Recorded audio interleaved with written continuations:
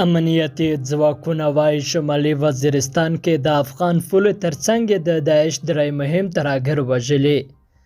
د پاکستان امنیتي ځواکونه وايي شمالي وزیرستان کې د افغانستان د پولو ترڅنګ عملیاتو کې د وسلوال ډلې داعش خراسان درې مهم ترهګر وژلي دي.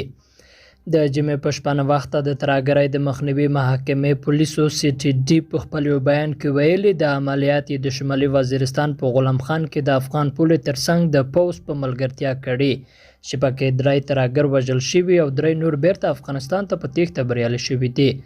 امنیتي ځواکونو دعوا کړې ده چې وژل شوو کې د داعش خراسان سیمه ییز کمانډر سعید الله هم شامل دی.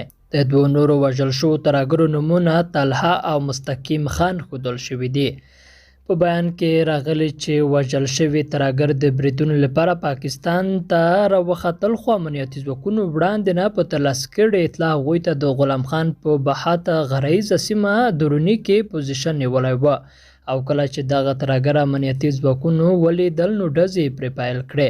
د CTD د بیان تر مخه د امنیتي ځواکونو په ډزو کې درې ترهګر وژل شوي او درې نور بیرته افغانستان ته تښتېدلي دي.